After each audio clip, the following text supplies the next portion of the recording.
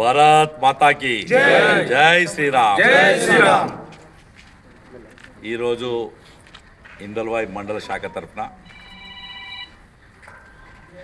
ఎవరైతే పులామాలో మనకు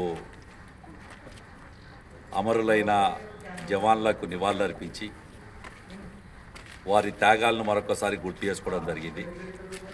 దాంతోపాటు తెలంగాణ ఏర్పాటులో భారతీయ జనతా పార్టీ నాయకురాలిగా తెలంగాణ చిన్నమ్మగా సుష్మా స్వరాజ్ గారిని కూడా గుర్తు చేసుకుని ఈరోజు అందరం కూడా మేమంతా కూడా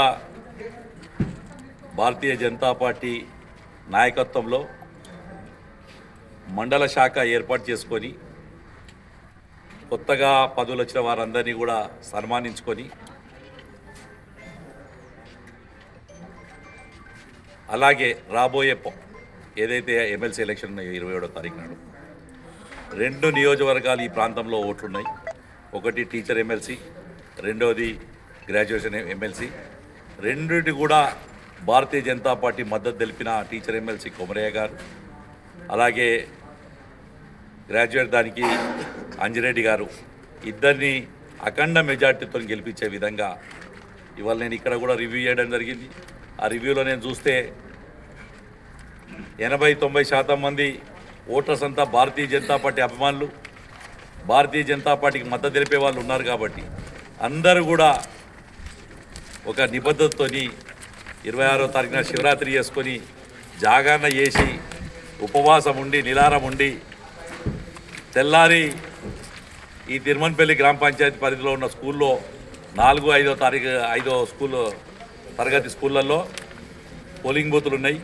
అందులో వచ్చి ఓటేసి ఇక్కడ చాలా తక్కువ ఓట్లు 315 ఓట్లు, అవి ఒక 15 ఓట్లు 350 ఓట్లు ఉంటాయి. మొత్తం 300 ఓట్లు ఒక గంటన్నరలో వేయచ్చు.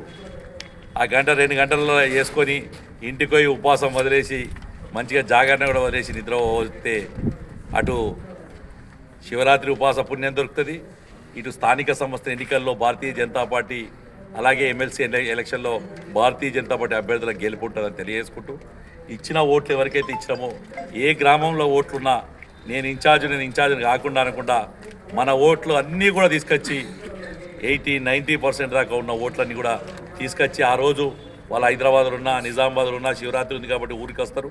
వారందరినీ తీసుకొచ్చి ఉదయం పూటనే ఓట్లు వేయించి వారందరినీ భారతీయ జనతా పార్టీకి మద్దతు తెలపాల్సిందిగా కోరుతూ మరొక్కసారి ఈ ఎన్నికలు చాలా ఇంపార్టెంట్ అయిన ఎన్నికలు. కాంగ్రెస్ పార్టీ వల్ల ఢిల్లీ ఎలక్షన్ తర్వాత భయపడుతుంది. అందుకోసమే స్థానిక సంస్థల ఎన్నికలు 10వ తారీఖున నోటిఫికేషన్ అన్నారు, 15వ తారీఖు ఇవాళ నోటిఫికేషన్ అన్నారు. ఒక్కొక్క రోజుకొక కొత్త లీక్ ఇస్తున్నారు. బీసీ రిజర్వేషన్లో మిగతా దాంట్లో కూడా తీవ్రమైన అన్యాయాలు చేశారు. అవన్నీ కూడా ప్రజలు వాళ్ళ 14 నెలల పాలనలో చీగొడుతురు అని చెప్పి తెలుసుకున్నారు.